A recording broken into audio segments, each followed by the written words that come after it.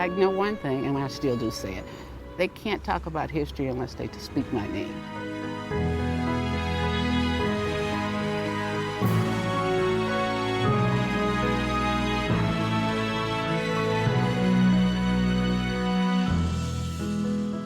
I thought no one could beat me. That was just in my head, and no one could beat me. I've been here before. I know what it looks like, and although the press was saying I was too old at 23,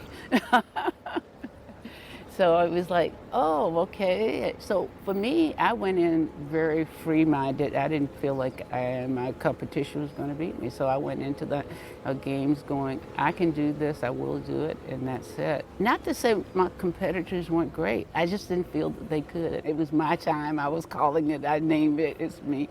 And I went on to win it. And then, also it was the whole idea that I would be winning back-to-back 100 meters. First of all, they could care less about what women did, and especially black women, what we did in the Olympic Games.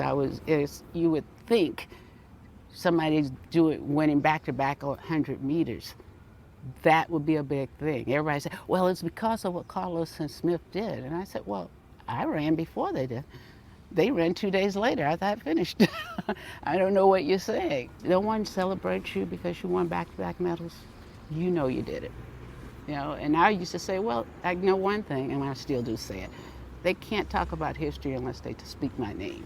I was the first to do it. And then they come along, and then now you hear that, like Usain Bolt, that's all they talk about. And you have 3 women, black women, that have won back-to-back 100 meters. You got myself, you got Gail Devers, and you got Shirley Ann Price. And you're like, and nobody ever speaks of that. It doesn't matter what color you are. They don't give women that much credit.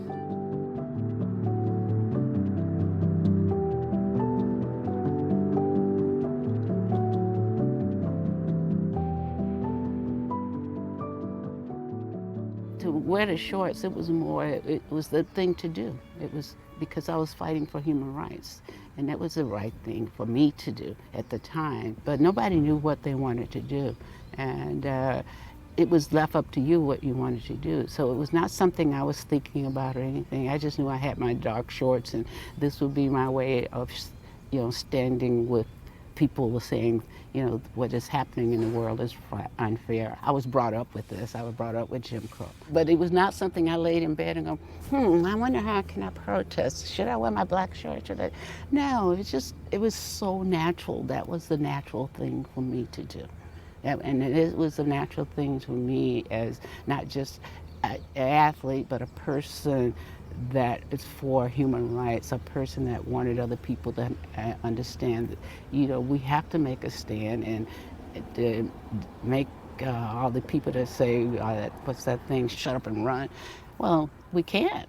We have to speak out. Just as fast as I can run, I should be able to speak out just that fast.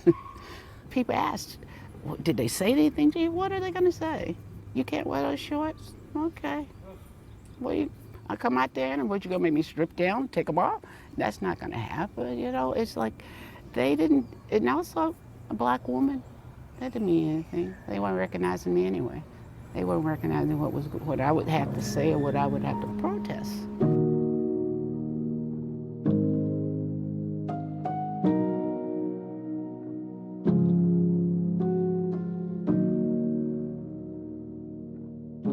You're going to take all the phones, you're going to take all the, what you're going to do once they get, you're going to run up there and tackle them off the victory stand if they're up there. What are you going to do? Stop them from talking to reporters? How are they going to do it? The Olympic Committee has to realize that we are in 2021 and things have changed and people are looking at things totally different than they might be. This may not have happened 70 years ago, 80 years ago, but it's free speech, and how are you going to stop us from doing that? I just want to know that.